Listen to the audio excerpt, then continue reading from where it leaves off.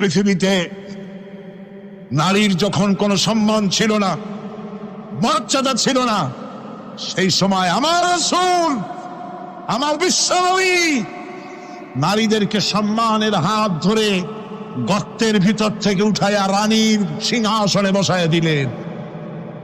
সুবহানাল্লাহ, মায়ের মর্যাদা দিয়ে দিলেন। সুবহানাল্লাহ, নারীরা আমাদের মায়ের জাত, নারীরা আমার কিয়ের জাত? মায়ের জাত।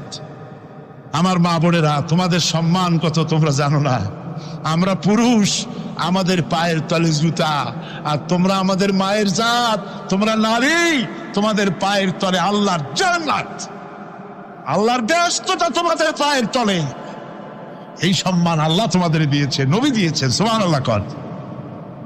ভাইরা আমার, অধিকার ইসলাম দিয়েছে।